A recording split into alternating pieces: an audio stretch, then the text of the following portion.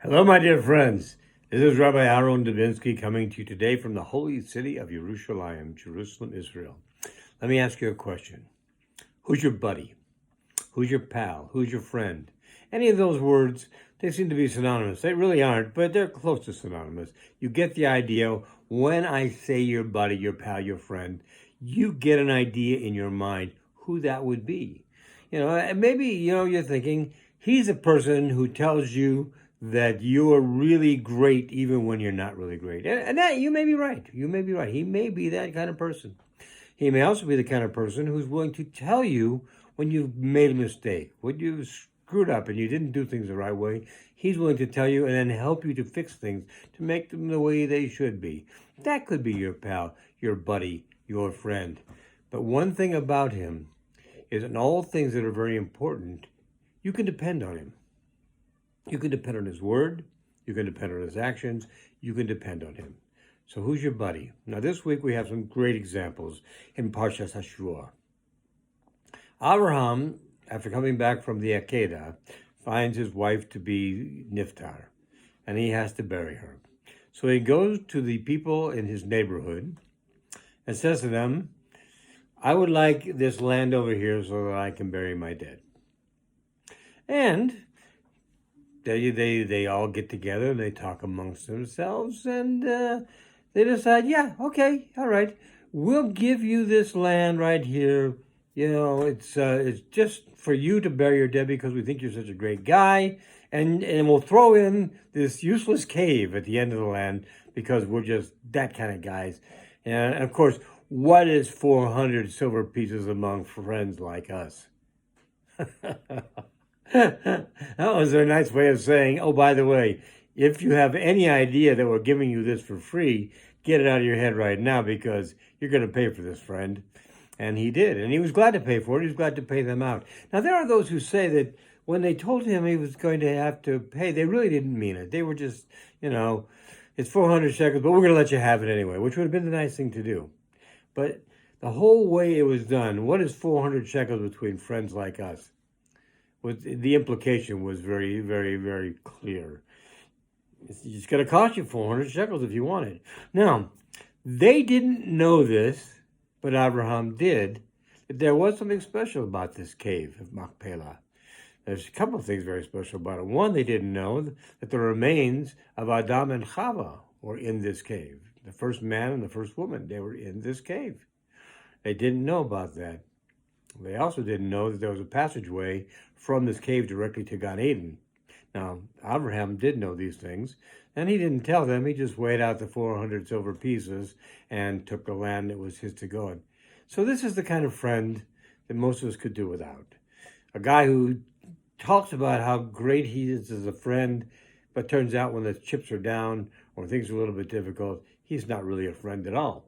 Actually, what he is somebody who's just as happy to take advantage of you as if you were a stranger. That's the one type of friend that you see in here.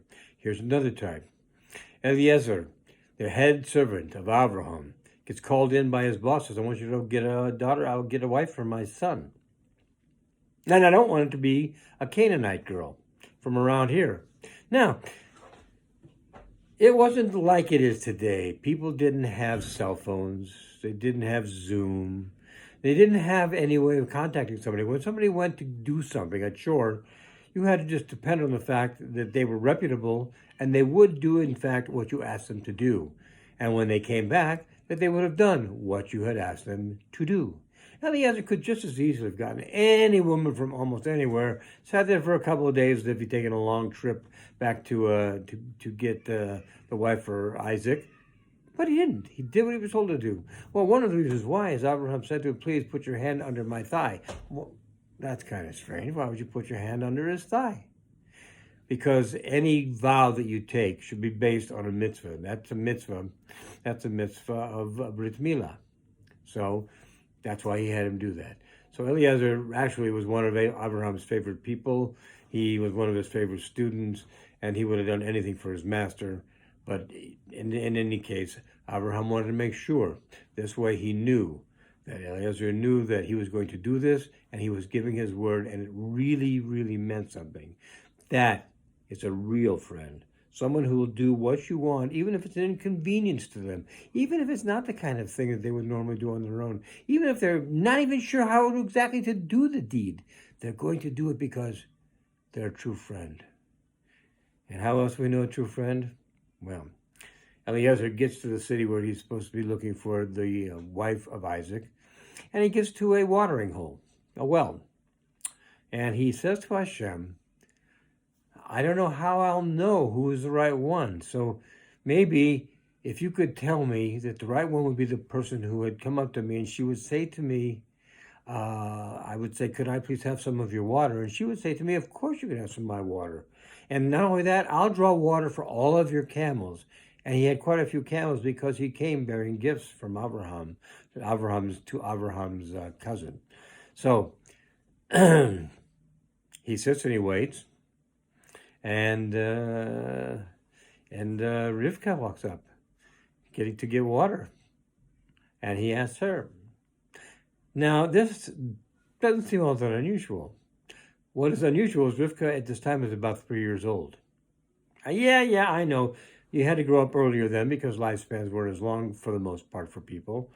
But 3 years old, and he's looking at her as a possible wife for his master's son? Well, he is. Not necessarily immediately, not right away, but certainly at some point, and she would be the right one because she does do exactly what he asked Hashem to have her do. He said, can I have some water? She says, yes, I can. I'll give you some, and let me draw water for all of your animals. At 3 years old, she did this. At 3 years old, this is a friend. This is somebody you can depend on. This is somebody you can bring back to your master with pride and say, look who I found, and she's perfect for your son. Not exactly today, but in the very near future, when she gets older, she'll be perfect for him. Look at the type of woman, look at the type of mitos this woman has. She as a 3-year-old child, is going to get water for me and for all the camels that I brought. And let's face it, if you know anything about camels, which we do here in Israel, they drink a lot.